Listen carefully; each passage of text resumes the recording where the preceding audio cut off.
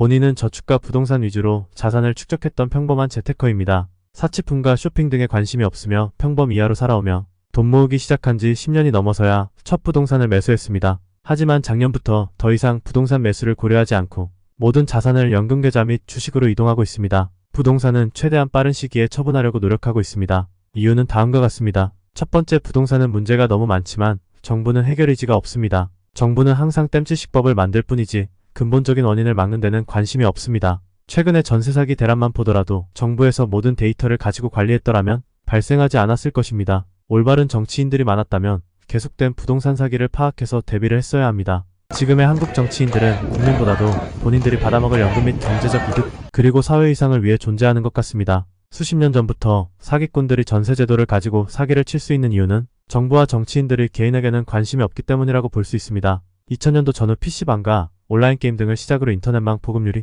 세계 1등임을 강조하면서 대한민국이 IT 강국이라고 국민들에게 국가의 업적을 홍보하였지만 사기꾼들은 이 IT의 허점을 이용해서 사기를 치고 있는데 어떻게 IT 강국이겠습니까? IT 사기 강국이라면 이해갑니다. 지금은 전입신고와 대출을 이용한 사기가 해결이 되기나 했습니까?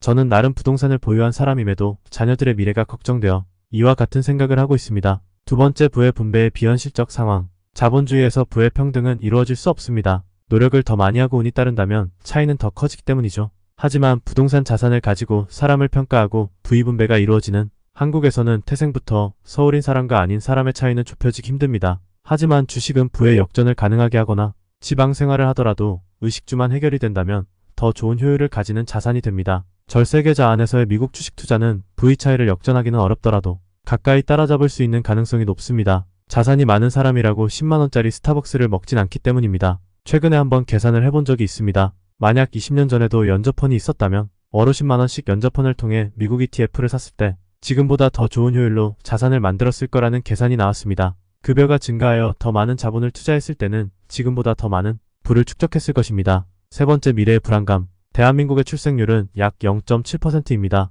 부산의 경우 0.66%라고 하죠. 남녀 2명이 결혼해서 0.7명의 자녀가 탄생합니다. 서울 부동산을 보유한다 한들 부자의 수도 그만큼 감소할 텐데 매수자가 줄어드는 상황에서 영원한 우상향이 가능할까요? 인구가 줄어들면 서울 부동산도 결국 지금의 지방과 같아질 텐데 과연 서울의 어느 곳이 마지막까지 높아질까요? 이것을 알 수 있는 사람이 있을까요?